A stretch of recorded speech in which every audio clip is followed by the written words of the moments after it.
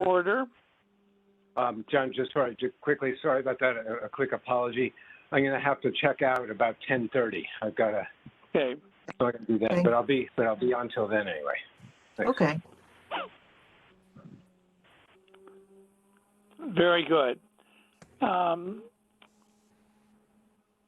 Martha, would you like to say any comments about the meeting, about the minutes? We are looking to approve the April 5th minutes. Do I hear Anybody have a comments? motion? Do I hear a motion? So moved by Jeff. Okay. All in favor? Aye. Aye. The minutes are approved. Now communications.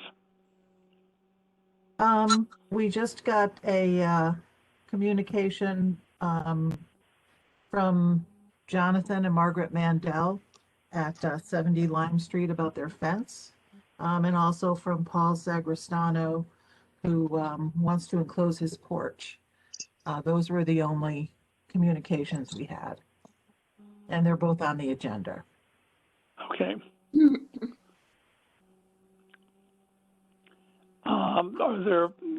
Okay, at this point, we are roughly at 9:05, so we could do the public open forum. Are there any members of the public that are on the line now? I don't think so. Okay. Shall we go to the secretary's report? Yes. So our active open C of A's are 38 Lime Street, which is continuing. Those renovations continue. 97 Lime Street for the garden shed last fall, which has not been started. The Ferry Road Sidewalk project, which is scheduled to start in the fall, although no exact decision has been made yet as to exactly which side of the road the sidewalk will be on. 4 Lime Street, the church sign. Has anybody seen whether that's gone up yet? It is not. It has not? Okay. And then 27 Lime Street, the windows, and I see they are working on that.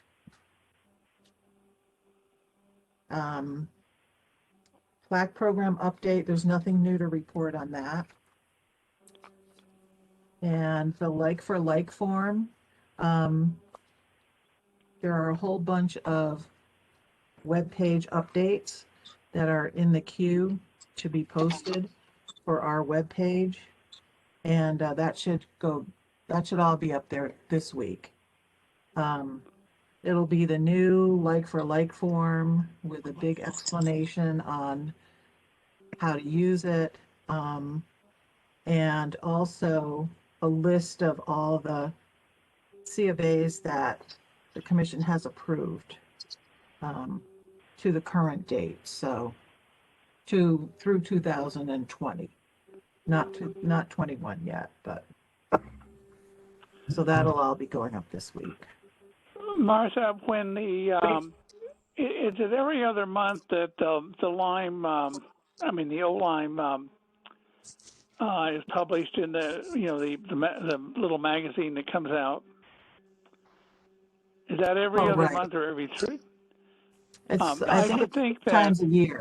You're talking about Old Lime events? Yeah. Yeah. I would think it would be useful in that if we had a little brief discussion of some of these updates and so forth, because you never know who reads those things, and that's also would be for some people the kind of thing they're looking for.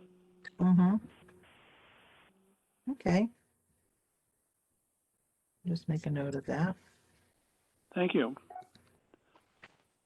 Any other comments about the like for like forms?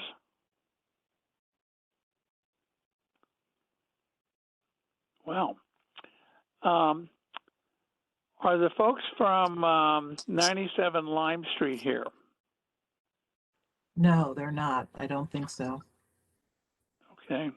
Their public hearing doesn't start until 9:20, so Okay. it's only Maybe 9:07. what we should do is go down to Russ Todd. Can you give us a quick snapshot on the GIS overlay? Um, yeah, I think at this point we're in standby until we have the ability to speak with the town attorney. Mm-hmm. In terms of the auxiliary building survey, I've been out of town the past couple of months, so I'm back in town and ready to get to work on that. So not much progress the past couple of months, but now that spring's here, ready to take a look at some of the barns. And I think John Noyes will be first on my list. Okay.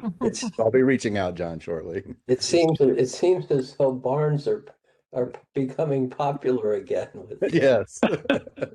building. Well, Yeah, and John, on that- here's your chance to get all three of your barns at the at the head of the queue. right. Right.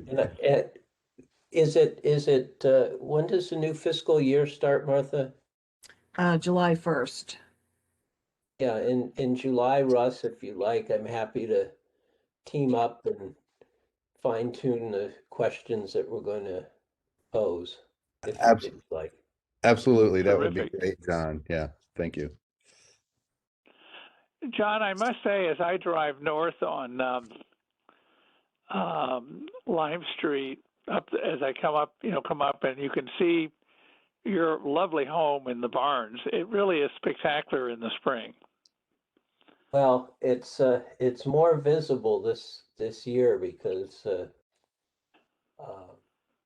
Pamela Hamilton next door has done a lot of clearing. Right. Okay. Carolyn, are you on? I am. Can you give us an update on first, excuse me. Russ, thank you very much. And we are, as always, very excited about your progress. Carolyn, would you give us an update on the witness stones, please? Yes, I'd be happy to.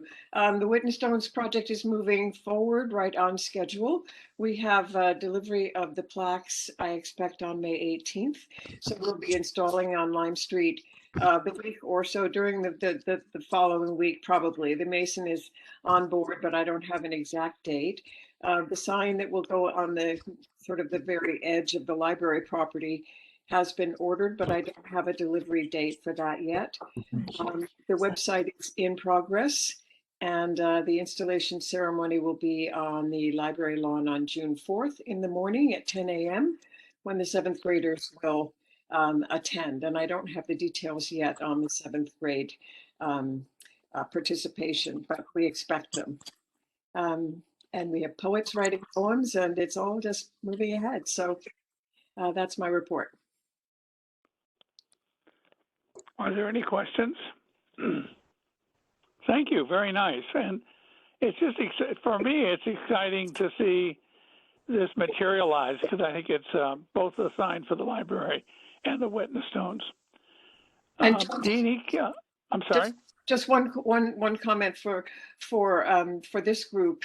I will be meeting with all of the property owners in the week or the 2 weeks ahead to tie down the actual specific site. For example, on the Roger Tory Peterson Estuary Center lawn, where exactly do we want to place the 3 sites? So I'll be reaching out to Claudia for that. But if any of you have suggestions or concerns about that, you should let me know, because we've gotten all the permissions, but we haven't identified with the property owners the exact specific location. Thank you. Deanie, do you need a lot of time, or can you just give us a quick update on the cultural districts? No, I don't. So as some of you know, if you that this subcommittee of the EDC for Arts and Economy has proposed creating a cultural district here, and it basically is really the same exact geographics as the historic district. So we decided to, and Martha very kindly contacted Mary Dunn at SHPO to ask her if she had any thoughts or opinions on how these two different commissions would interface. And since this is a relatively new program, I think Mary Dawn didn't particularly, she didn't have a problem with it, but she also didn't seem to have much information. See, she suggested we consult the town attorney. So it seems to me, I don't know how carefully all of you have read through it, but in one part of it where it discusses how to establish this kind of cultural commission, it does give the option of having it become a subcommittee under an existing commission. And, you know, that just might be a way of avoiding kind of two competing or even potentially conflicting commissions would be if there was a group that assembled under our group, but it would be very interesting to have the town attorney weigh in on this. So that's where we are. The Arts and Economy Subcommittee that's headed by Cheryl Poirier, just so you know, is very, very mindful of the Historic District Commission and doesn't want to do anything to conflict with what we do. And so, you know, it would just be interesting to see what the town attorney thought about the two separate commissions.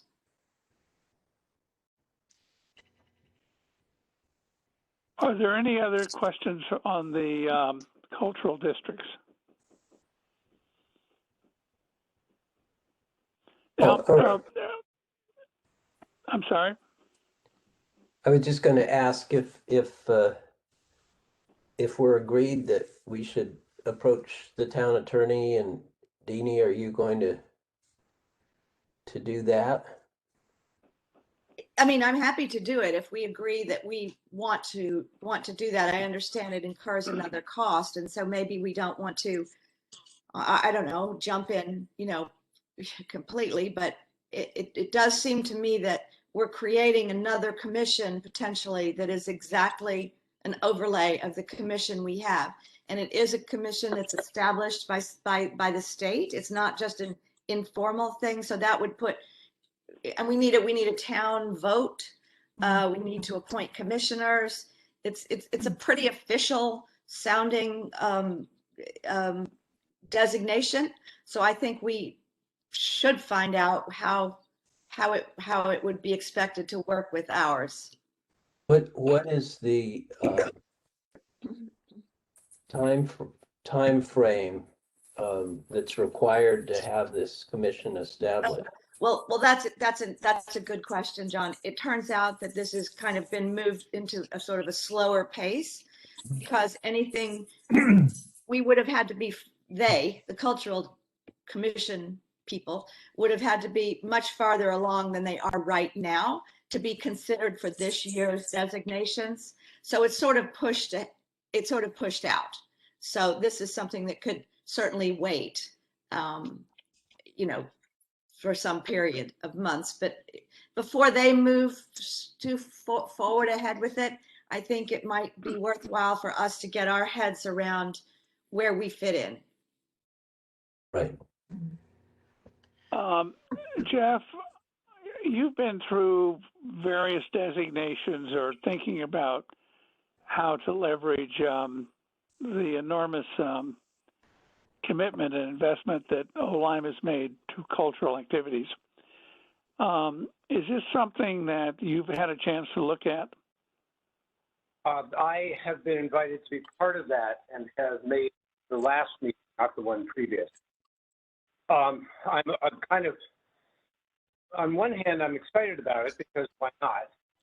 On the other hand, there's a little bit of cynicism that has gone through, as you point out, I think, previous sort of concepts and that just haven't really worked because the geography of OLIME doesn't work the way it does. Don't really have downtown. Jeff, Mercer you're area. cutting So, out. Jeff, you're cutting out a little bit. Could you say the last sentence again, please? that the, I don't know where I started. The cynic in me worries that the fact that the geography of Old Lyme is unlike Guilford, Essex, Chester, the kinds of, or even Saybrook, the kinds of towns that have a centralized commercial area.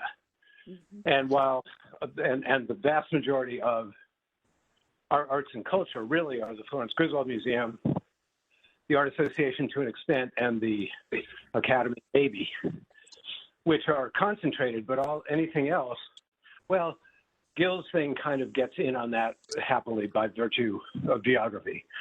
But, our south end of Lime Street is really kind of out of touch, and that's fine. I'm not worried about that. But there's a ton of culture here, but it's not as if it is a truly concentrated thing. Is this something that also should be coordinated with the Halls Road Committee? I have, beyond following minutes and noting that it's still live discussion, I don't know details. I do know that it would be largely commercial, but it's conceivable that that's an area that could attract some additional cultural arts, crafts, activities. I think that's absolutely correct. I mean, this subcommittee, the Arts and Economy Subcommittee, was established under the EDC and are working very closely with the Halls Road. So, that okay. obviously, yes. So that is nothing really to do with us. But certainly the bulk, as Jeff's just outlined, of our cultural attractions are right here, right in the historic district. Right. So, yeah. But Dee Dee, it's my Would it understanding. be, It's ahead. my understanding that there was a desire to connect the bridge across the Lieutenant River, reconnect that. So there might, in fact, if that were to happen, it seems to me that there might, in fact, be an association with Halls Road and a potential cultural activity that then would Definitely. tie to the district. So Definitely. But it wouldn't be in our, under our purview directly, right?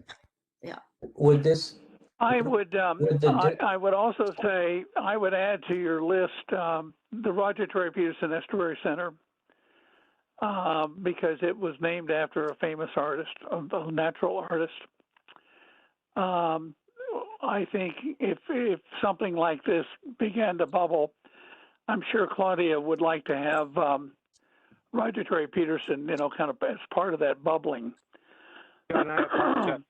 Totally true. I wasn't being critical. I just was thinking about, because, and the other fact is that we are doing a good job of raising the money to recreate the Bee and Thistle into a real nature center. Yeah, education. Which I think and will be a major addition to what we're doing. Dee Dee, one idea might be if you're far enough along, or if you know someone who is far enough along and they're thinking who could join an informal meeting, which included the folks that Jeff mentioned, plus a couple of others, and maybe someone from the town. Well, you could be part of the town because you're representing the historic district, is to have an informal meeting and discussion. So we just use that meeting as a way of judging the interest. Well, there is this subcommittee already that Jeff and I are both on. We're both on this subcommittee. So that already exists, I think, to do exactly what you're proposing. So all right, I'm glad you're ahead of me. Well, I had volunteered in the last subcommittee meeting to bring it up to the HDC, so I brought it up. But I do think obviously. Well, now, do you need us to pass anything that would reinforce our interest in this? I know, I Or- don't, I mean, I don't think we're there yet, really. It's Okay, just trying okay. to explore it, in my mind anyway, explore how these two commissions might work together and how, Okay. yeah, so, Uh, Deanie, forgive me if I've missed this in your presentation. Is this new commission or maybe subcommission going to have defined boundaries the way the HDC does? yes, And- it does. If you just look over, Martha sent the link for the in the preparation for our last meeting, and it's about 6 pages of Yes. a description. And so, you know, it's a pretty clear cut, seems to me, fairly clear cut sort of boundaries for this. But then there's some other wording further along, and when, you know, along page 4 that gives it a little more leeway. But you know, it's certainly, I mean, certainly most of our cultural attractions sit smack dab in the middle of the historic district. So, Right. you know, we're part of it. So, Deanie, in talking about this, are there adjunct members? Would there be adjunct members to the, you know, you'd have a core that you define, but there are other Yes, people that are not in that core, but are also supporting the arts and so forth. yes, it's all, if you just look through the link and read, Okay. yeah, there, yes, absolutely. We could have, I mean, one way to do this would be to have this commission sort of as a, what's the word I'm looking for? No, I mean, maybe subcommittee isn't it, but an adjunct to the Historic District Commission, and it would have different Right. people, but it would work with us within the Historic District Commission. They do give that as an option, as a way Okay. to implement this, and that, you know, might be one thing we'd like to talk about, rather than a The other completely thing, as separate you're one. thinking about this, the other thing you might want to keep in mind, not now, but at the right, but it'd be easy for us to wire this together, is that a very important part of the NOAA criteria for the National History and Research Reserve has to do with culture and being able to enhance the culture of the areas that are designated within the NER. Now, Oldlyme is within the NER, or has properties within the NER. And so that's another relationship linkage that is a potential for reinforcing this. Mhm. The reason I say that is both the Connecticut River shore and Oldlyme, the Lieutenant River, the Great Island are all designated sites for the National History and Research Reserve. John, this is Jeff. Yeah. The bulk of, I think the bulk of the goal and responsibility of this adjunct to our subcommittee of the economic district committee or whatever is marketing. It's getting the word out to the world beyond us that there is great culture and great art to be seen and had, enjoyed in Oldlyme. So it's a little bit less of a physical thing. I think the biggest concern that sort of jumped up in the course of things was signage and stuff like that that's going to go to promote what hopefully people are drawn to see what's going on. And that's the only place that the Historic District Commission is really going to, I think, have an opinion and a say in the limits of what can or can't be done. Yeah. Okay, well, that's actually that. If in fact your the primary interest is promotion, outreach, and so forth, the proposed Friends organization of the NER would clearly be a place, because the Friends organization is going to be raising money to have a major outreach program, both with local residents and also with visitors. And there'd be a lot of, there's a potential for symbiotic relationships there. I'm happy to hear that. A ton of potential for that. Yeah. Yeah.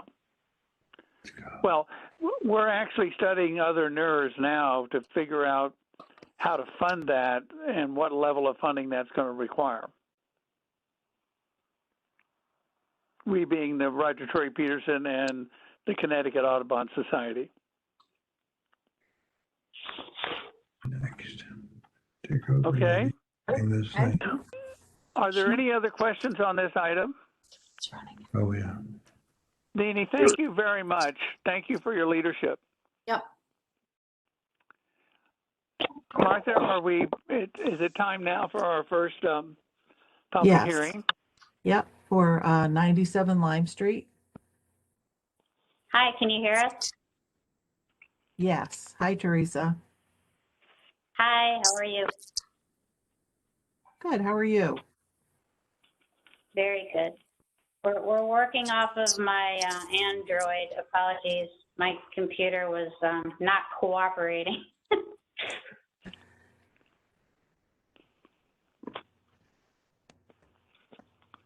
Somebody say something.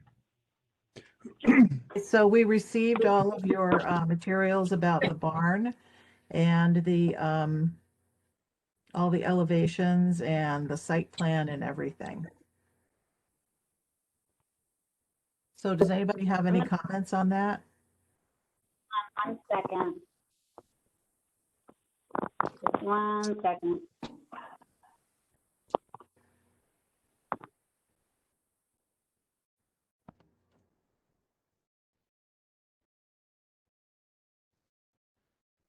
Don't know. Are we in discussion or are we waiting a sec? Did you have any comments, Jeff? There was nothing unexpected given the discussions we had in the last meeting last month. Mhm. As far as I'm concerned, it's going to be a good-looking barn. It's going to sit back as long as the zoning commission is happy with its location and all that kind of stuff. I see no downside from the historic district commission standpoint. I just wanted to be clear on one thing. Teresa, I had recalled last month you said you were inclined against a cupola and now you're referring to one. So you decided to go ahead with the cupola? Yeah, so we just to go ahead with that traditional design. For lighting. Oh, because it's a source of lighting, natural lighting. So that's why we wanted to include it. Okay.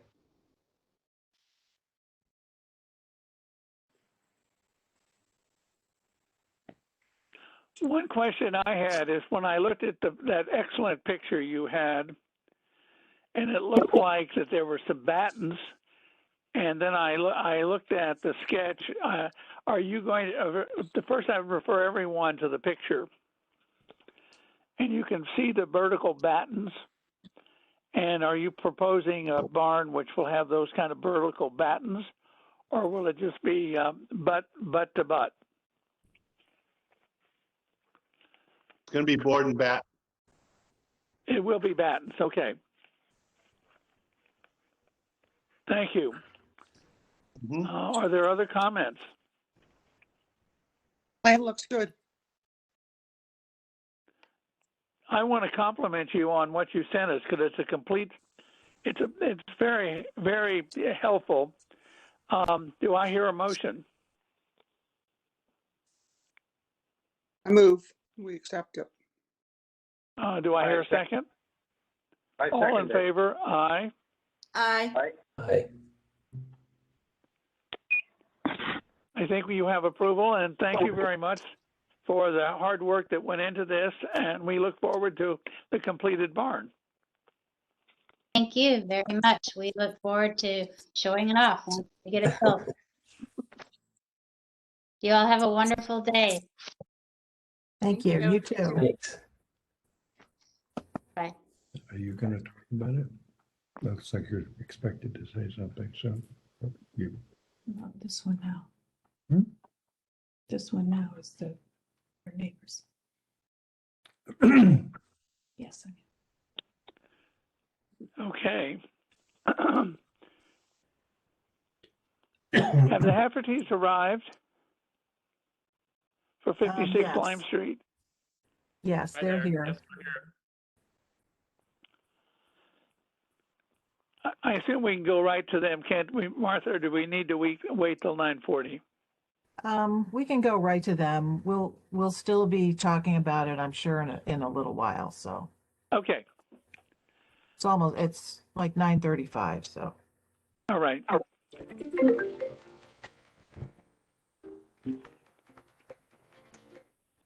good morning.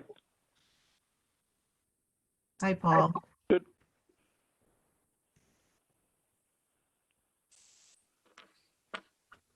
Okay, are there any comments on this? I sent out all of the information to the commission. What are they doing? Foreign business, huh? I am not clear. Yeah. The only question I think of is you say the trim will echo the Italianate style as shown in the photo. I mean, the photo is of the house. Could you say a little bit about what features, Italianate features, you are proposing for the barn? Oh, it may just either way we brought it. I mean, it's really that we're going to echo the house in color, as far as the yellow coloring of the house will match the yellow of the barn. The white trim of the house will match the white trim of the barn. We don't have other Italianate features that particularly that we're adding to it, just that we are, trying to match as best we can, the color and the things like that.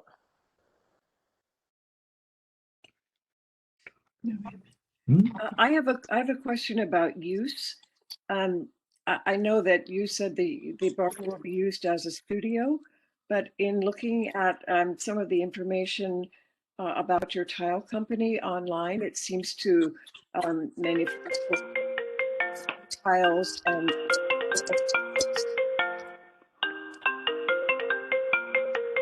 they calling. As well as individual decorative tiles, but countertops and a number of things. So I'm wondering about the manufacturing component here and whether this is just a design studio or exactly. I just think I'm not quite clear on the use and how much truck do you have a parking lot designated, but truck traffic in and out and that sort of thing on Lime Street and how appropriate that is. So maybe you could clarify a bit. Sure. We've up until now just been working out of a small garage, and we've, our website possibly shows us as a little bit larger company than we really are. We're really just a small handmade tile business. We like to work a little more locally, and that's why we'd like to set up a little bit more of a front-facing studio with just a tiny showroom in it, just to show our work. We're not planning on getting much larger than we are. We're just a handmade place that likes to work directly with its customers. We have, UPS coming from time to time as far as things going in and out. But we don't have like regular trucks coming and going from our property or anything like that. It's really just like a little artisan shop. So where we have some parking there, we don't expect that there would be customers every single day. It's just kind of noted in there because we weren't sure how much parking to allow, but we put it in there as like an option. But we don't. Well, let me say, in terms of the parking, if you're going to make improvements to, right now it's pretty much a rustic little path. If you're going to put anything in terms of stone or anything like that, you'd need to come back with a specific stone you were planning on using or gravel for the drive, just because I think that's always a kind of a concern that we have. Sure. So anything we're approving today would not be a blanket for upgrading the access road that you're talking about. Okay. No, I understand that. Paul, I had a question. Oh, I'm sorry. Go ahead, John. Go ahead, Russ. I was trying to understand in terms of the drive and the parking, and then the path to the house and the existing barn. It appears that the drive would stop at the new barn. So is that a walking path that's between the proposed barn and the existing barn? Or is it that you're driving through the barn? I'm just kind of curious as to is the drive that's shown that goes to the proposed barn, is that dedicated, and then there will be another drive to the house? Sure. Yeah. Well, currently, so we're trying to work with the different setbacks and things that the town requires. And the most appropriate location that we could see was kind of covering the existing driveway, the driveway that goes from the street all the way to the existing barn and garage. So it's not that we would be driving through the barn or something like that. It would now exist more as a walking path from our barn to the house and to the existing barn. I see. So those would be walking paths, the two additional or original components. Yeah. Correct. Right. Got it. Thank you. Thanks. Now, is the parking this little gray on the left of the road that comes in from the street? Correct. Are you assuming that when someone comes to visit that they'll drive up there, or they'll just drive park on the street? Well, it can work either way, but we have it kind of thought that we'd use those parking spaces. And Paul, just to jump back to my question for a second, are you saying that that you do not manufacture roofing tiles and flooring tiles? So really, it is just a studio for individual handmade decorative tiles? It is. We do projects as large, generally as large as backsplashes. So it's not. We're not doing roofing tiles. We don't do countertops, and we don't generally. For the most part, we do a backsplash. So these aren't huge projects. 40 square feet is a general size, and that is maybe 10 boxes of tiles at the most. So most projects they're not very large. Thank you. We talk. I understand that your setback on the location is with the front house.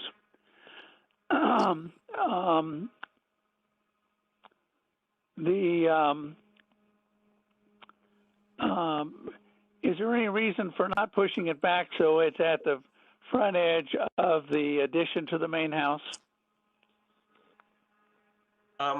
We are trying to work with the setback as far as the distance from the marsh. The setback to the house does put it back from the street at least 75 feet. Right.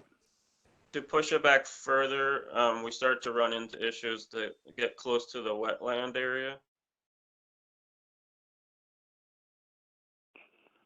So where we could go back a little bit further, but we couldn't. I'd have to measure. I think we couldn't go back more than maybe like 20 more feet. Okay. Well, if you would look at that, because I think that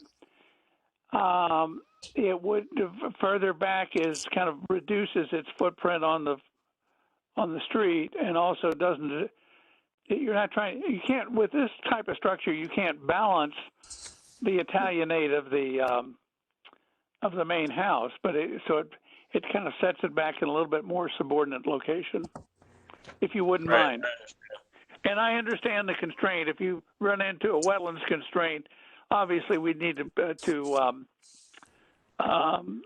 that would be the controlling feature. Right. Yeah, it does get very close. So I would have to have that kind of measured.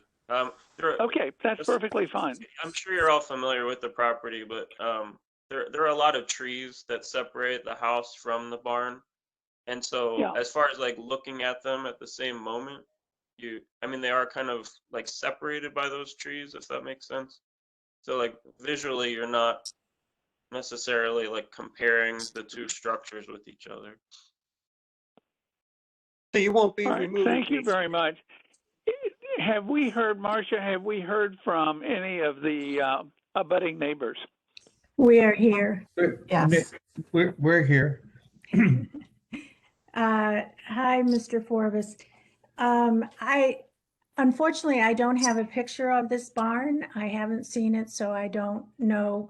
I have a couple questions for Paul about it. I know it's a Cotter. Oh, Show you the thing there. oh, thank you, Martha. Very nice, thank you. Being a newcomer, I just want to ask, is this a wood structure? It is not a vinyl siding or anything like that? Is it wood? Structure. I'm sorry? I'm sorry, it's a wood structure, yes. It's wood with a wood roof, or maybe not? It has a shingled roof. Shingled roof, okay, as your house does. When you talk about the parking, are you talking about coming in off Elizabeth Lane?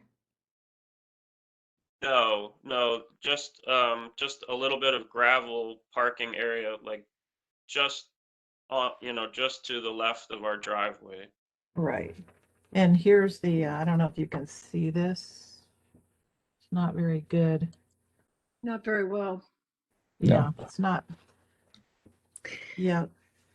Okay, so I know in talking about the placement of the barn and everything, with obviously the zoning regs will be the guiding factor. Does that mean that probably a lot of those trees will go down? It's only one tree that needs to be moved. Oh, which one is that? There's a maple tree, a red maple. The red a maple, Japanese right. maple. Not that beautiful big one we talked Yeah, about. that's what I'm very concerned about. Yes, I love trees. Okay. And the other thing you mentioned is, your business and everything.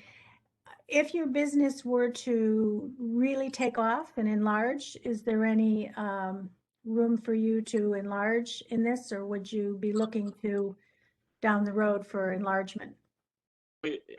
If that sort of thing happens, which is not in our plans, we would need to move to, a manufacturing facility. We don't plan on enlarging at all, beyond this. Right now, it's just my wife and I making everything. And we don't plan on really growing it to a size where we have more than one other employee or something like that. So. Yeah. And appointments are not like people regularly coming in off the street. It would be like in a by appointment only kind of situation. Okay.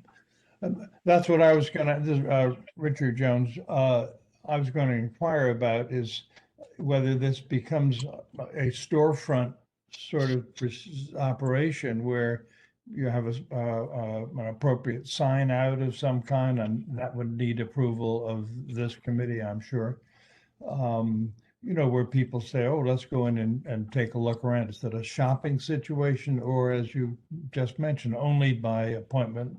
I think the commercialization of it is a concern for all of us. And it sounds though that's not your intention for walkers and so forth to be knocking on your door, and what sort of window will be on it so people can look inside it product. And some of the details of that are obviously of some concern. Right. No, I understand. We do have a sign that we kind of submitted. It's a fairly small sign. I think it was 18 inches by 15 inches. You can put that sign up at some point, Yeah. but it's a small street sign, Okay. like some of the other signs across the street or down the road. Right. That's good. And we can put a by appointment only, notice on that sign, so that it's not a where people are just kind of randomly walking up and things like that. All right. As far as the store aspect of it, it would only be like the first 8 feet of our shop, and they're just like sample boards and things like that. As far as just to let people know what we make, there would be a little layout table where we would help people put together their projects. So it only a very small aspect of it is like would even resemble a showroom or something. Most of it is just kind of us making our tile. Well, from our perspective and being abutting neighbors and everything, if it meets all the regulations and I think you're trying to make it fit in and look right. I like that it's wood. If it fits in that regard, and you make it look blending in with the house and not just a box that is a rectangular box placed there, it would be acceptable. Thank you. Yeah, and our intent would be to be gracious neighbors. You've been so far. Thank you. Yeah. Regarding the sign, are there let's look at the sign I'm sorry. Is there any other? Do we have any other guest as one of the abutting or surrounding neighbors that wants to make a comment? Well, thank you, Carol and Richard, for your comments. If we could look at the sign, and the sign itself, I have no problem with. One of the things that we have as a historic district has been encouraging people to use a post and beam construction of similar signs up and down the street. And with this, you're introducing a new, the metal bracket for the sign. And I'm wondering if it would be more appropriate and fit more into O-Line if you chose a way of hanging the sign that was more consistent with what we have elsewhere in the historic district. I have absolutely no problem with that. It was almost just a placeholder as far as all that decorative element on that sign. All right. So if you would give us a sketch and send it to Martha of what you propose after you've looked at some of the other signs and the other structures of how the signs are held up, that we would appreciate that. Sure. Thank you. Are there other comments?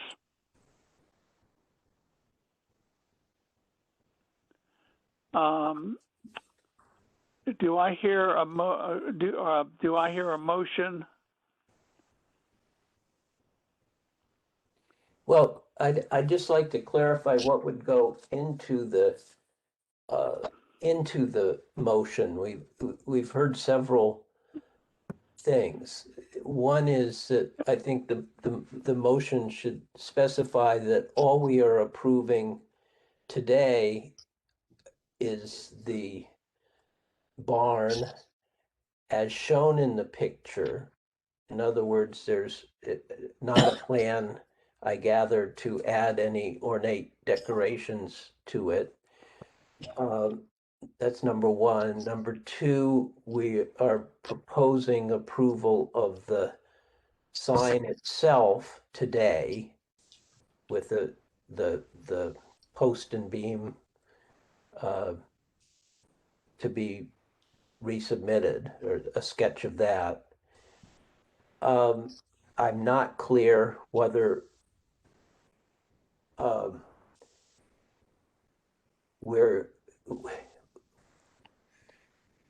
going to ask that the sign include a statement or a hanging bit below that says by appointment only. Excuse me. And we're also approving today the proposed size of the parking lot, so that it's clear that with respect to the driveway material, for example, we're not saying anything about that. I'd just like to make sure we're specifying the limited things we're approving today. My last What I question. would suggest, I'm sorry, and then just to get it on the table, John, my last question has to do with the setback and the wetlands. Is that to be left just as a suggestion that Paul will no, I think that investigate? for us to approve it going ahead, he has to do that analysis and get the information back to us. I understand. So we're not, No. Are we today not approving the placement of the barn? That's right. The Okay. exact placement. But here's what I would suggest, John, to see if this is, we state those things we approved, as you've nicely laid them out. And then we indicate that there are a series of questions that need to be addressed, which Martha probably has a list of, that need to be addressed before final approval. That's fine. I mean, I sense from Paul's comment at the last meeting that he would like some assurance that we're at least going to approve the building, and that's. Well, I think all I'm saying is, if Martha, I'm assuming you've got your usual good notes about where questions were raised and so forth. Mm-hmm. Yes. So that you could put a list of those together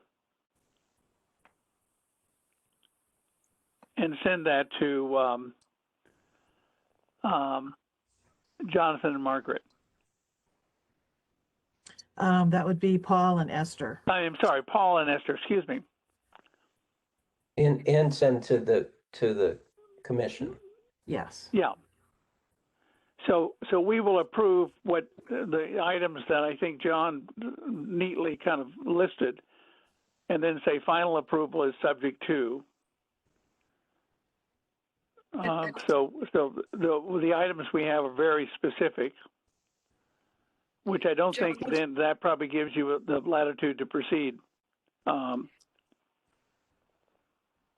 John, one thing I'm not clear about, that the question the Joneses have raised about windows and display, are we approving today? I'm not clear what we're approving, just the size of the barn? What about the window configuration and size? Are we approving it? I'm not quite clear what we're approving. I thought we were approving it, Carolyn, to look as in the sketch. As in the sketch, like this. Yeah. Mm-hmm. Okay. Because I mean, I agree with that, Carolyn, because when I looked at the sketches, those are fairly small windows. Yes. So it wasn't a question of huge windows or anything like that. Mm-hmm.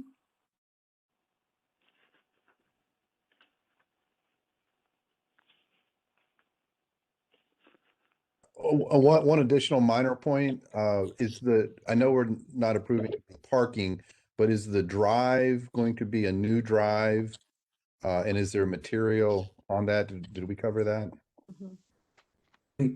I think we said that Paul would come back with information about the material. Of the drive? Yes. Specifically, Yeah. Okay, yeah. And I'm assuming maybe my assumption is incorrect, Paul, but that you're basically the placement of the drive is where there is a drive today. Correct, right.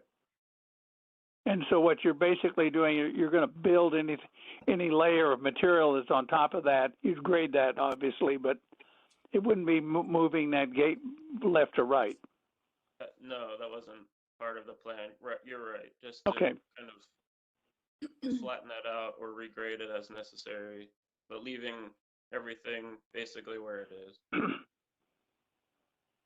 I'd like to say that I agree with John Forbes that if it would be possible to set it back just a little, it would have a more natural placement rather than flat faced with the two buildings, you know, at the same distance. It would feel a little bit more like a natural placement for a barn, if it's possible with the wetlands. That's all. Trees. And trees. Yeah.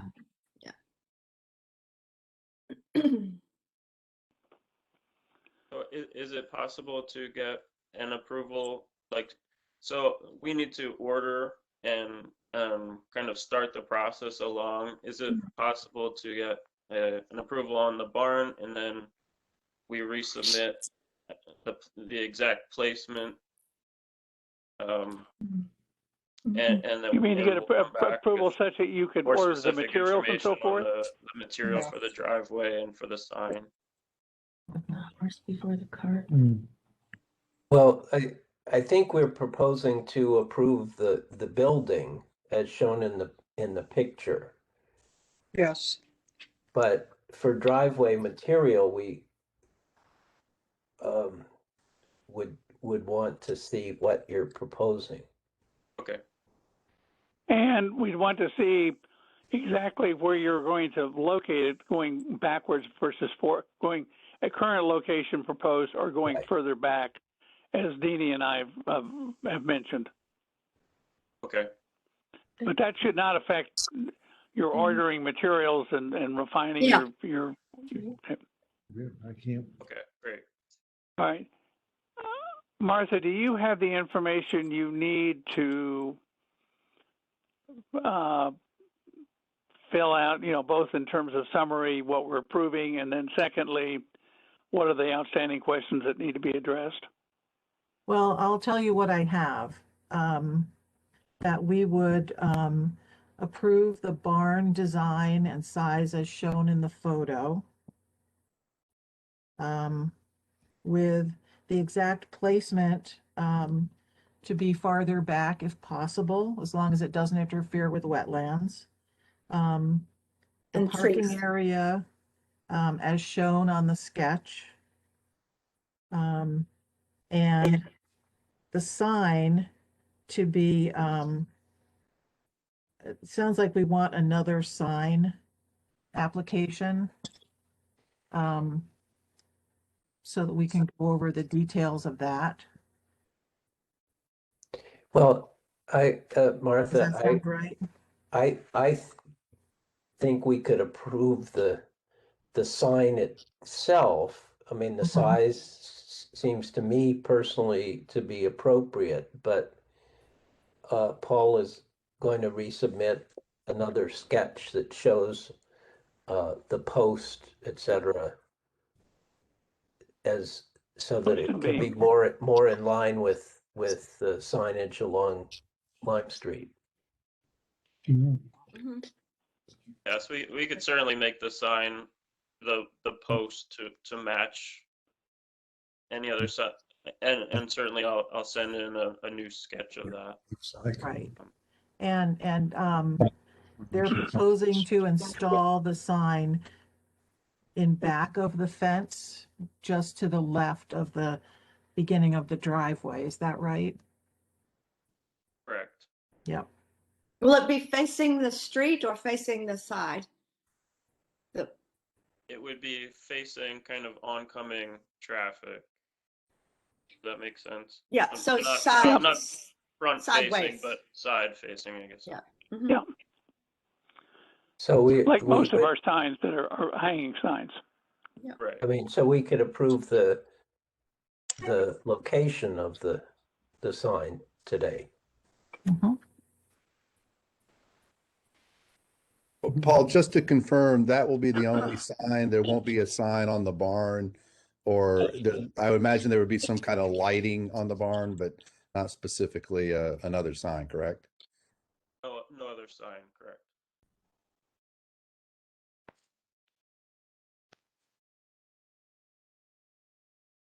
Do I hear any other additional comments?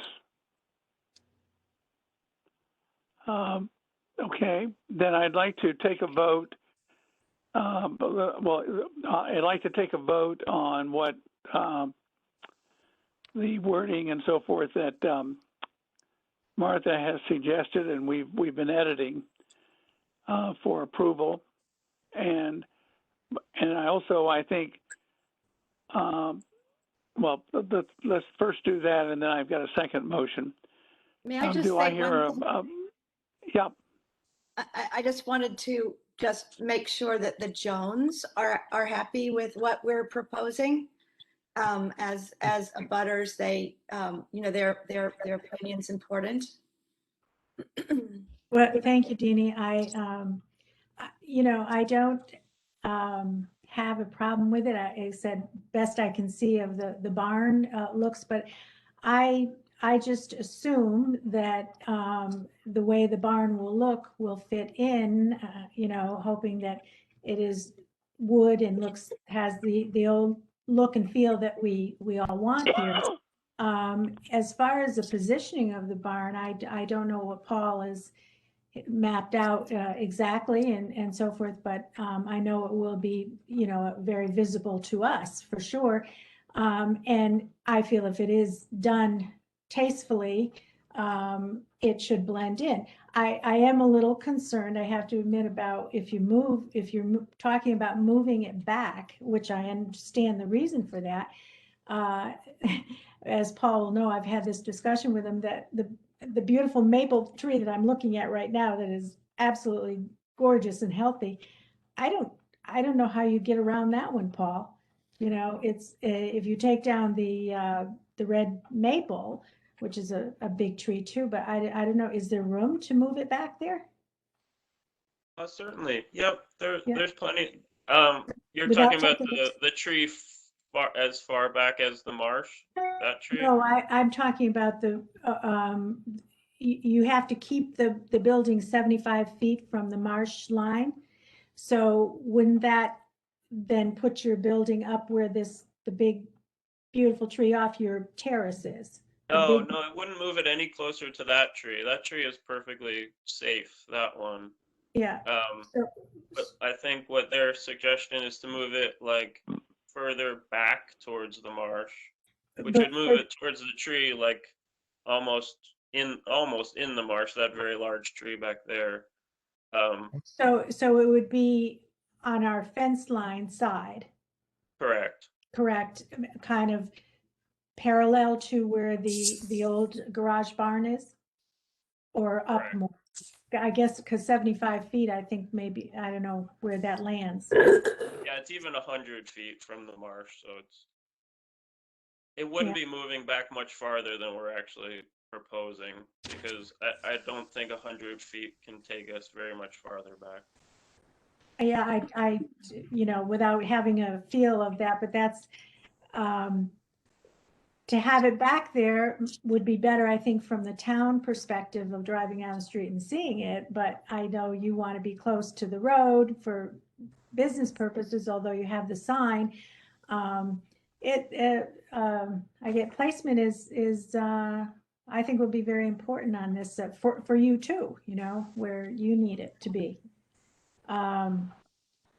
I guess I'm more concerned about how it looks if it's going to be there. It looks fine. We've got Matilda Brown's house here next to us that is all crooked and so forth. And frankly, we love it. We, hope to fix it up a little bit, at least just structurally, so it stands and doesn't fall down. But, so it would be proposing kind of the same thing, to have that kind of a building along where you are. And as I say, if it looks if it fits in and has appropriate size windows and so forth, the aesthetics are important to me. And I think in addition to that, we did go to the advertisement of, is it called Clotter Farms? To try to get an And, idea. and they have quite a variety of stock items, all the way from dreadful to really quite nice. And so the first we've seen of this was the sketch this morning. And I don't know where it fits. Carol brought up the issue of vinyl siding. They have a very inexpensive item. Nothing's inexpensive these days, but less expensive than others. That's vinyl and is really not a particularly attractive building. I think the details of how that building looks, I'm not comfortable with because I haven't seen the sketch. But that would be an issue for me, is the appearance of the barn, every bit as much as its location. John, Richard brings up a point that we just discussed in the previous application, which does have to do with what the construction of the siding, the wood siding would look like. There are different types of sidings that are used in barns in the historic district. So I'm not sure that there's any one preferred one, but John, do you want to speak to that and get an idea from, maybe we could get an idea from Paul as to what the siding would look like? Well, I think one way of doing this would be, Paul, since you're working with Clotter Farms, is that right? Correct. And since you've made a commitment that it's going to be all wood construction, which means it can't be vinyl or it can't be any other synthetic material. Wood is wood. Right. Then you would, they would be able to provide you, after you've looked at it, what you think is an appropriate wood siding that would fit within O-Lime. Correct. All right. So I would think this is a little bit of if you took that, reviewed that with Carol and Richard, and showed it to us, that could be done like next week. Yeah. Okay. And so I would say that, Martha, I would say one thing we want to say is that Paul will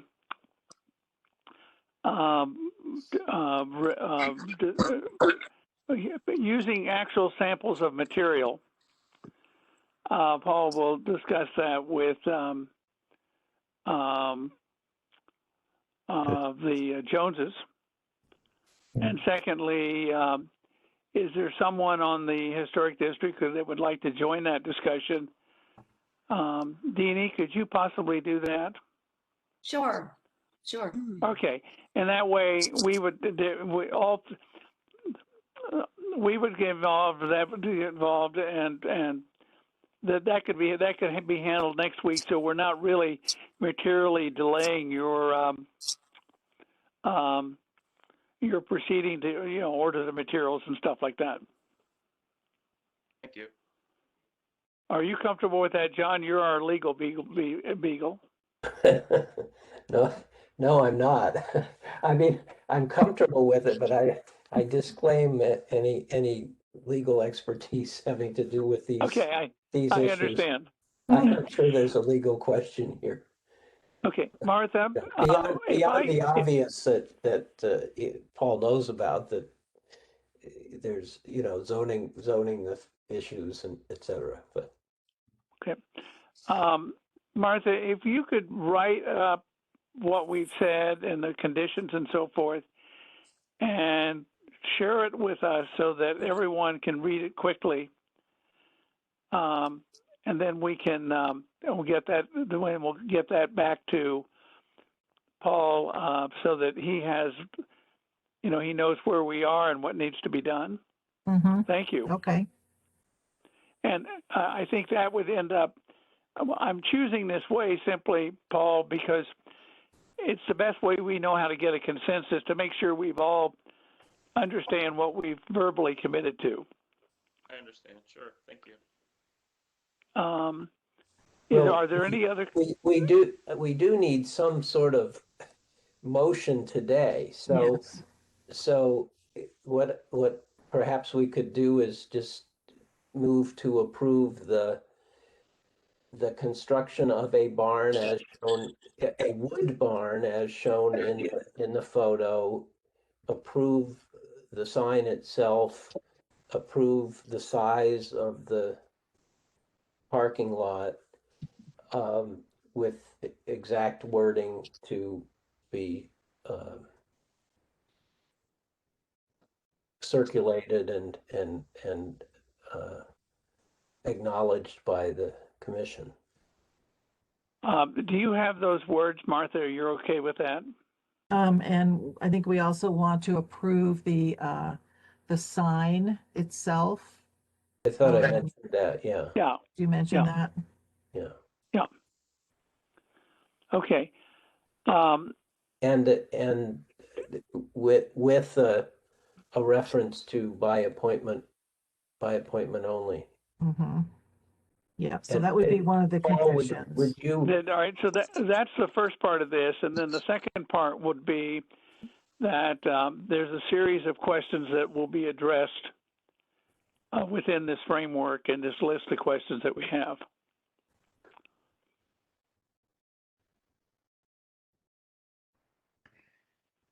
We ought to go. John, I think it's important to add the dimension, so it's not just the photo, but the Oh, yes, and the size of the sign. Okay. aspects. Absolutely. The size of the barn and the size of the sign. Mm-hmm. Right, which I think are in the email, but I didn't see a drawing of that. Yes. Okay. Do I hear a motion? I So would be happy moved. to motion as proposed. Okay. Do I hear a second? I second. All in favor? Aye.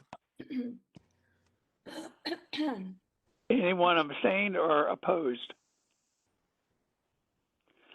Okay, well, congratulations, and we look forward to it. And Martha, when do you think you'll be able to send that officially to Paul? Oh, I'll get that out to everybody this afternoon. Wow. Okay, thank you very much. Thank you very much.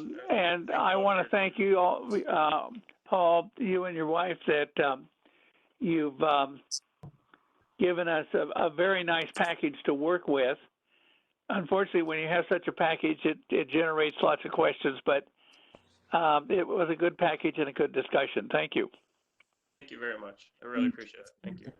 Yes, very. Now it's our turn. Okay. I'm going to bring up, since you've already brought that, I'll just bring up in Carol. We are at 54 Lime Street. They're here. Yes.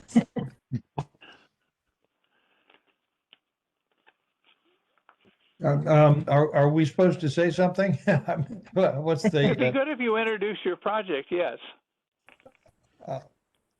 what Carol will start and I'll go ahead. Yeah, well, we're newbies here and really excited to be down here on Lime Street, and we've lived in very nice, pretty places before, and this is no exception. And we're looking to add to it, be part of it, and hopefully meet all of you soon. What we want to do in this old house, and this is our fourth old house that we've old house, meaning a Really 18th old. century house that we've lived in and restored and kept, been good stewards of. And we want to do the same with this one. We thought it was really worth saving and continuing it in its old age. So one of the things that we want to do is a little thing is we want to put a lamp post by our driveway, which is quite a ways back from the street. What would you say it is as far as feet, Richard? 75 feet. 75 feet or whatever. It's really, as I look out my back kitchen as we're looking now, it would be out in front of us here. And it would be a colonial post with a wood recessed bottom panel, and then a regular post that comes up to the lantern. We have the lantern. We've brought it to three houses. And so this is we don't want to leave it behind. It's a Gatesmore lantern, very big. I think I showed Martha the picture or sent her a picture of it. And we just would like to have permission to put that up. And we think it'll be it certainly fits in. It's a reproduction of early lighting. If anybody knows Schoenfield or Gatesmore, that's what they do. That's number one. And then number two is on the south side of the house, back from the road, not part of the old house, but added on by the owners before us, is a little porch that is not year round. We have a temporary wall that goes up on it for the winter that was made by the previous owners. And it is there now, and it's made of plexiglass and so forth. Just something that you can easily take away and screw up when you need it for the winter. And so in living here in our other places, for us, it would be, we'd love to close it in to make it a year-round porch. And it would follow the same lines exactly. It just would be exactly the wood structure that the house is, with a little bit of siding and raised panels around windows. The windows would be larger in size. They would be double hung windows in the cottage style. So there'd probably be 6/9s or 9/6, haven't decided, but I think it'd be 6/9s. And it would come around the corner on the end where there is a door currently. We would be putting a door in that looks like the windows. Yeah, a year round. So it's two walls, if you will, for enclosing the porch. And I did send Martha a picture of finished, an example of the finished look. It's the house that we came from. We did the same thing that was at 68 Sterling Road in Lyme. So we're 5 minutes away. But it would be a little different because the windows would be bigger. They'd be 6-foot windows instead of the 5-foot that those are. But the whole look would be the same. So it's, you have an idea of that. Our intent is obviously for our use of the house, but we're very aesthetically minded for old things and old houses and restoration. And there are some modern things that you can use that are fabulous that fit the bill, and that would be the windows. In this case, they're not going to be made by hand. We've done that before, thank you, on another house, and it's great. But we're going with, in this case, it would be Andersen windows. So, Carol, will the existing structure come down and you're adding new, right? The only thing that would come down would be the temporary plexiglass. I see. Okay. 2 walls that we put in, and there's no extra foundation or anything like that. It would be just putting the wall where this temporary wall is now to make it permanent. And Carol, are you going to use the same standards of building which you used in the House of Lyme and showed us the pictures? Oh yeah, for sure. That's the only way we know Okay. how to do it, John. Yeah, and the I same. apologize to the committee. I have actually been in the inside and outside of their house in Lyme, so and it's a very high quality construction. It's the same carpenter, Yeah, in fact. Okay. yeah. Yeah. It's the skip room mentality. You know, A lot of details and or it'll be Callahan nice. kind of thing. Yeah.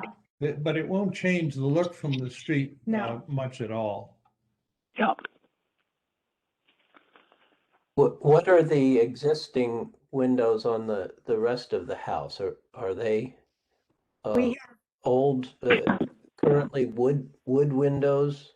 On the oldest part of the house, the front part, they are the old wood windows. On the majority of the house, because the old house is smaller square footage wise than the new addition that goes out back, the so-called L that comes off the back that was done 20 years ago about, they're all new windows. Those Double they're double hung, double pane insulated windows. Are those Anderson or Marvin, or do you know? I tried very hard to find out what they were by looking on them. I knew that they weren't Anderson or Marvin, which I'm familiar with both. Finally found a little etching on it. They were made by a company in Canada that I'm not familiar with. And again, they were put on when the Sweets who lived here before erected this. And I think that goes back to I think they finished around 2000, early 2000s.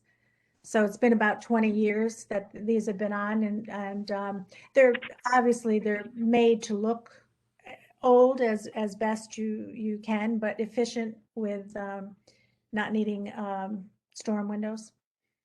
If I remember correctly, Carol, they went to Canada because Canada had the proportion of the pane was more in keeping with their traditional, the house in the front part of the house.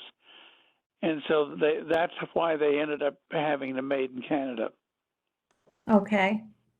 I have no reason to doubt that, but from my experience in buying, like you can get them through Marvin or Anderson here, but anyway, One of the distinctions between Anderson and Marvin has to do with and I'm going to blank on the size of on the name of what I'm talking about. The crossbars. Muntin. The mullions.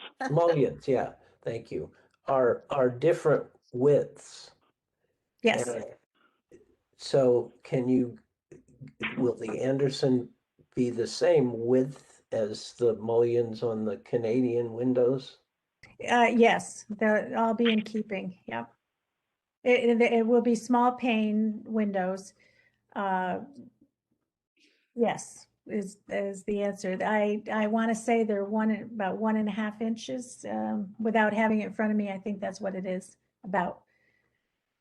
1.5 inches. I'm talking about the small pane dividers. Yeah. Yeah. Mm-hmm. Well, they're not 1.5. Don't Take control picture. Hold on a second. Can you see that picture? Yeah. That window. That's the window, the Canadian window. In the kitchen, you're looking through it out at Matilda Brown's somewhat lopsided studio. Okay. But that's the kind of window that will be on the south side. Small pane. Small pane. That'll look well. It'll look consistent with the rest of the house. Carol, this is a small detail, but when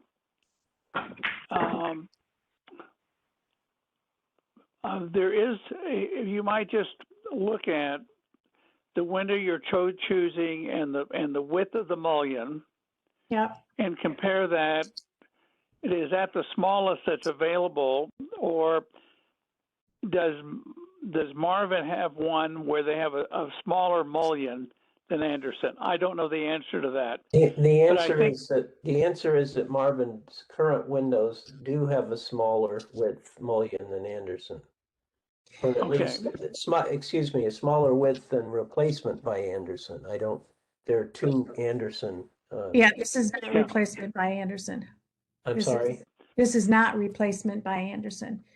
Okay. These are from the factory. They do make a couple different sizes. The one we're getting is the smaller of the two. The wider, you can get a wider one, which is more expensive. And I've dealt with historic restoration all my life, and the earliest homes, like this home in the front of the house, would have had wider mullions. That, you know, if you're talking about early 1700s, they were wider. Yeah. And then, you know, they gradually came down. So we're picking the ones that we can get at a reasonable price. Marvin is a little more expensive. I love the look of Marvin. But when you look at Anderson's and Marvin's side by side, it's hard to justify, for me anyway. The extreme cost is not that big a difference unless you're going to get some fancy, you know, curved windows and stuff like that. That Marvin does that very well. I just don't. I think the Anderson window, and you pay enough for it. They're not cheap. You know, I'm estimating we're going to spend at least $20,000 for these windows, at least. And that's not putting them in or anything. That's just the windows. And we're talking about 3 mulled windows and a door. The door will be even more. So it's not cheap stuff by any means. It's what they offer today that looks pretty good. Did you go through to Rings End to price the Marvins? Yes. Yes. Okay. Yes, we've priced Marvin's for the last 3 houses. And Right. let me tell, and the other thing that is very important now is that Marvin, the way they manufacture is mainly custom kind of things, and they do it by orders. And right now you're out 6 months for Marvin because of the COVID and everything else, at least. And the Anderson we can get in 2 months because it's of the way they don't do the special things that Marvin does. That's their niche. So Anderson has them. And as I said, I'm one to really scrutinize things. And yeah, if I had, you know, an endless, bottomless pit, I might say, I'll wait 6 months for the Marvin. But then I said, why would I be that stupid? I mean, there's not that big a difference, you know, in them, unless you want something very special. So that's after talking with my, you know, builders that I respect of Skip Broom and Hallahan and Caulfield and everything. And they all say, you know, Anderson is just fine. So. Are there any other questions before the House before we vote? You mentioned, Carol, that you were debating between 6/9 or 9/6. Does it, I guess this is a question for people on the commission. Does it matter to anyone what the choice ends up being? Or do you, Carol, have any inclination one way or the other? Well, in the House, we have, on the whole House, we have a combination of 6/9s. We have many of the windows are different sized because it's, you know, evolved over the years. Classically, you go back, they were 12/12 and so forth, but we don't have any more 12/12s, but we have 6/9s. We have 6/6s on the very, very new part. The main thing is that they are all a small divided panes. So we're trying to, you know, blend that in with the rest of them. And because it's going to be a porch, I want it, and it's double hung, I want to be able to raise the windows sashes up enough to let a good breeze come in. So depending on what Anderson says as far as manufacturing, what would work best in that regard will probably determine the exact number of panes. Or which is Yeah, which is which 6 is- and which is yeah, 9. in the cottage style versus, Yeah. so I'm not positive on that now, but probably the smaller number will be on top so that I can, or reversed. I have to, I'm not sure, but I want, air to come through, but I want it to look right. So it'd be more what looks right. Are there any other questions? Hey, John, after you take the vote, could we have 2 seconds? I just want to ask a couple of questions about the studio, which is not on your agenda, and it should be very brief, but we need some advice as to how to proceed on. Okay, sort of that's terrific. Well, then I move that we approve the application.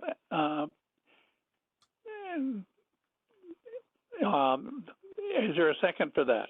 Oh, could we add in with Anderson Windows? I don't think that was specified in the application. We can add that in. I'm amazed they have. All in favor? Aye. All right. Did we have a second on that? Who would like to second? I'll second. Deanie, thank you. Thank you. Anyone? I approve it. Are there any nays? Application approved. Congratulations, Carol and Richard. Thank you. Thank you. Now, Richard, you wanted to go to a couple of just quick questions. Quick question. If you all saw when I turned the screen around, you saw the Matilda Brown studio, and I'm sure you're all familiar with it. I know Jeff is for sure.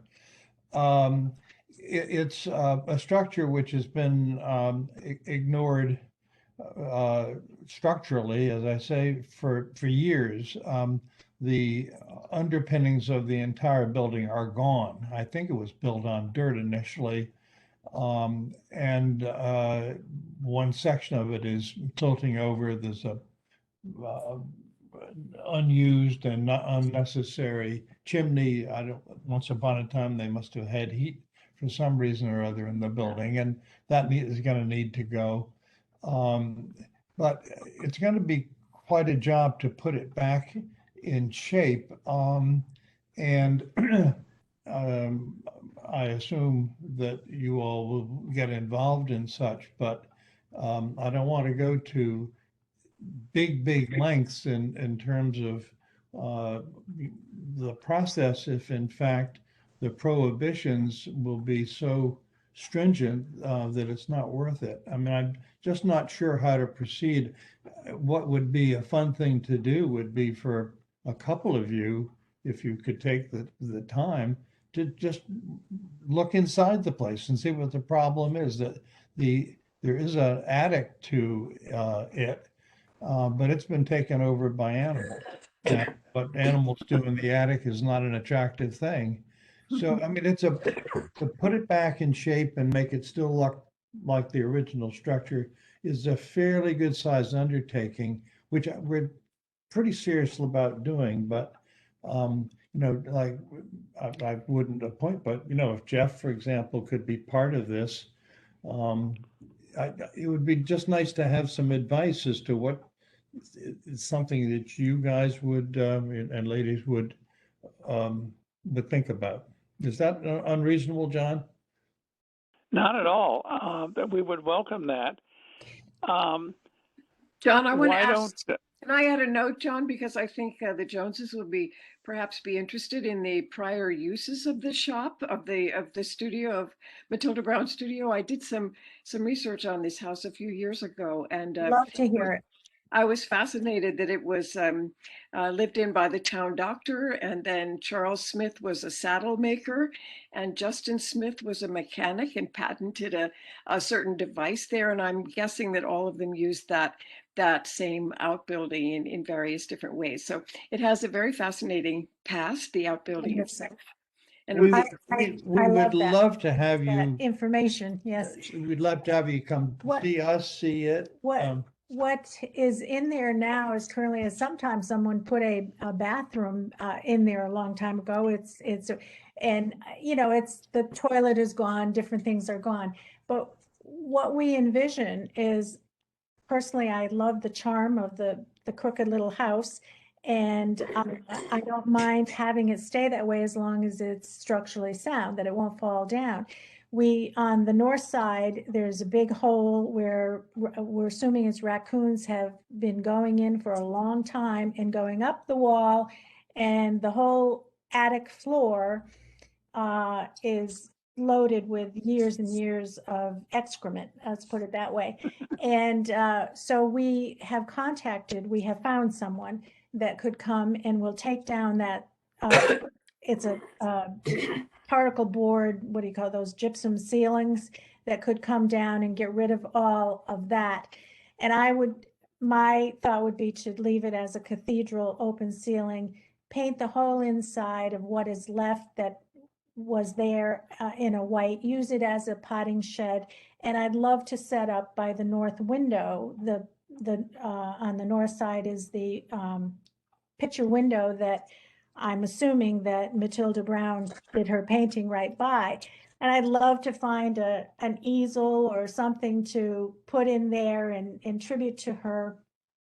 And just, we would use it, I guess, as a little, as a potting shed, but because we have a lot of little things like that to store. But anything that of significance, obviously we would never tear out or mess with. But a lot of the windows are broken. They need to be. Carol, I think what I would suggest is that let's start with Richard's opening idea. Okay. And Martha, would you please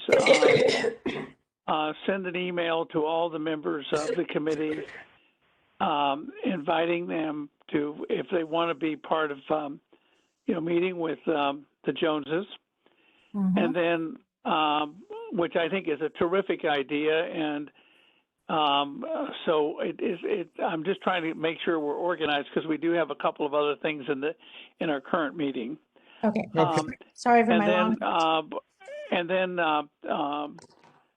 Martha, you'll get together with the Joneses and we'll find a time that's appropriate, with the idea that this is more of an education, and then we prior to the formal process that we would go through. I think it's important from a historic point of view that it be preserved and done appropriately.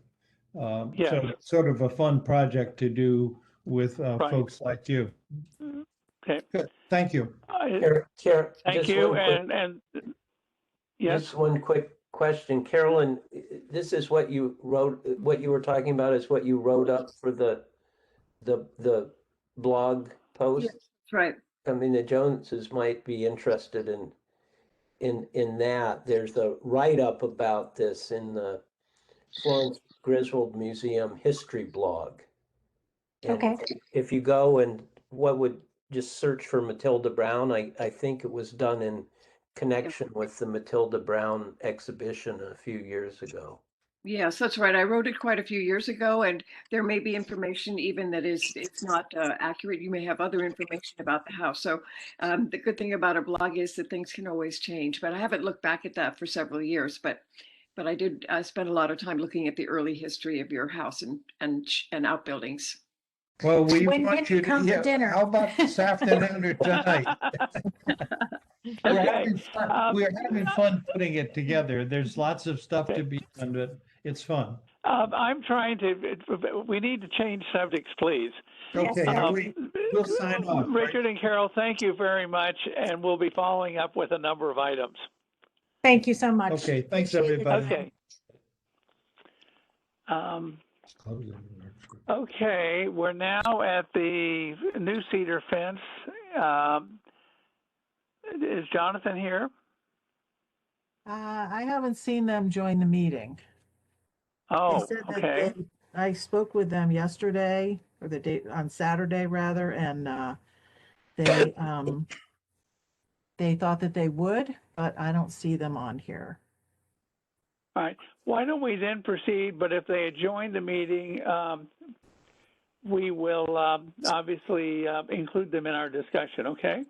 Mm-hmm. Is Paul here? No, Paul is not here. Okay.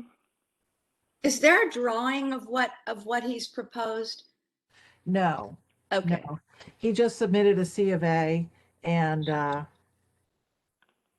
That's it. I mean, that was all. create a He said he roof.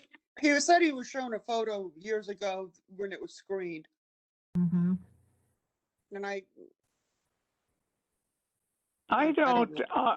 I personally believe that simply referring back to a past discussion, or not appearing to us with any drawing or any specifics, we should just ask him to come in at our next meeting. I agree. Yeah. I agree. Yeah, this is really just Okay. a heads up that he's coming. Yeah. For Yeah. June. Okay. Because we really can't approve anything without No. all the materials, so. And it is a I public think it would hearing. be helpful, Martha, that you, when you talk with Paul or you send him an email, you're quite specific in terms of what we're looking for him to show us. I was wondering if it would make sense to, excuse me, post, with or without names of the address, some samples. I've noticed of what we would consider a thorough application. I've noticed quite a variation in the detail with which different applications come in, and the problem, of course, with one that has less information is that we end up going back and requiring more. Now, with a big project, there may also be there may always be additional questions that we ask, but sometimes I suspect people just don't know what is expected, and so they see the application form and they write one brief phrase, and we say, well, we need we need more information. Mm-hmm, mm-hmm. Martha, I think it would be good if you looked at what was applied for at 97 Lime Street and 56 Lime Street. And actually, you could say 54, but it's a different. But the two barn applications were much more thorough than we often get. Right. And Also new the build. other thing that was interesting about them is they used analogies. In other words, they would have a picture of a structure that was similar, Mm-hmm. which is very. I mean, for many of us who don't read plans very well, that communicates more clearly what their intent is by having analogies, and it's something we've never mentioned in our discussion of the point that John brought up, is to say, if there's an analogous structure that you can use to illustrate what you want to do, show it to us. Yep. And I think both of those applications used analogy as well as specific drawings. Okay. Thank you. I think we are at the kind of item number 12. And is there any more update on the Lafayette Trail marker? Not on the Lafayette Trail marker, but on the Catherine Luddington marker. Okay. The location, the homeowners gave their approval for locating the sign just behind the fence and next to the tree. Okay. So that's good news. Yep. And then as far- in your email, was this the wording that's going to proposed wording? Yes. Okay. Yeah, and I can read that if you like. I've got it right here. Well, has everyone read the email? Let me ask this question. Yeah. Yeah. Okay. I don't think you have to read it unless anyone has a change. Yeah, well, we could read it just to have it in the minutes. All right. It will say, votes for women, home of suffrage leader Catherine Ludington, 1869 to 1953, President, Connecticut Women's Suffrage Association, and a founder of the League of Women Voters.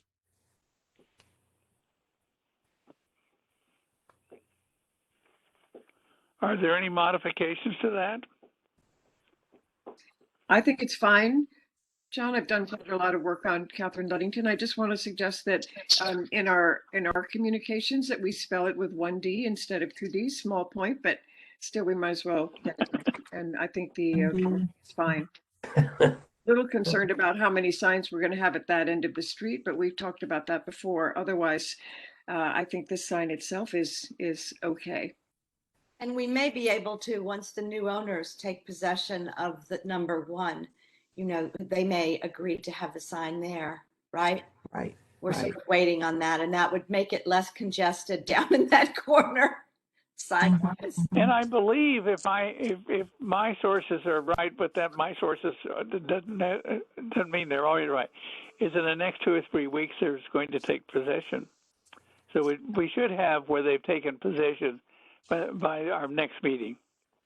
I would like to suggest the last couple meetings have been really crammed and lengthy. But when we can get on the agenda a discussion of signs. I agree. Yeah. I get worried about proliferation of numbers. Do we set criteria for what we want? I get worried, especially about a proliferation of styles. And you know, this cultural district, I don't want to go off again, but I mean, this cultural district also has requirements for signs, and that they, you know, connote that they're state of Connecticut supported signs and things like that. So I do think we do need to have a real conversation about that. Do you want to lead that conversation for us at our next meeting, Deanie? Well, I think we all, you know, can contribute. I'm happy to introduce the subject. No, I just meant in terms of leading us through that discussion and what issues you want to raise and so forth. Sure. Okay. Okay. And that should take, we should give ourselves enough time so it's a really healthy discussion. Yeah. Thank you very much. Is there anything else before the committee? Martha had circulated a C of A for 70 Lime Street. Right. For the fence. They've already put it up. There was some confusion as to, initially they told zoning and the building department that it was like for like, but it's quite a bit nicer than what was there. So we just kind of need to give it our stamp of approval. I think it's a beautiful fence. There was a stockade, an old falling down stockade fence there, a wooden fence, and now they've replaced it with this. Were they notified we had this meeting? Yes. But did they know that they had to attend for us to kind of deal with this issue?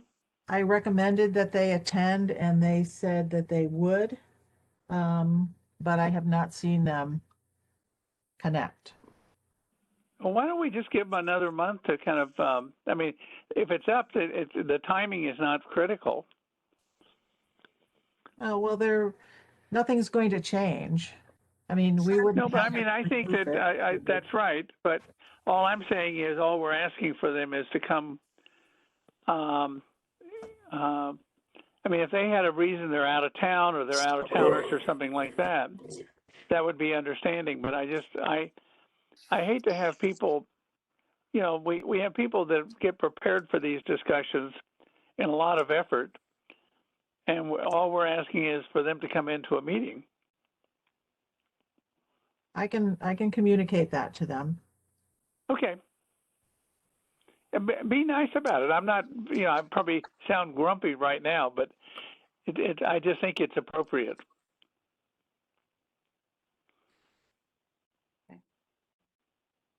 Does anyone have Okay. an opposite point of view? We should try to Okay. think of a question or two. Well, we'll have questions when. Okay. Are they Um, going to paint it? We could ask them that. What? There we go. Will they let it I think weather? that's a Will key it be question. painted? Yeah. I was wondering about that. Okay. That's a good question. All right. If I hear nothing else, I think I'm looking for a motion for adjournment. So moved. So moved. Second. Thank you. Before I say, I just want to thank everyone for a very productive meeting, and I believe that we were asking very good questions and we got good answers. The meeting is closed. Offline? Are we Hold it. off? Are we offline right now? Are we off? No, it's still recording. Let me just put in the time and then I'll stop the recording.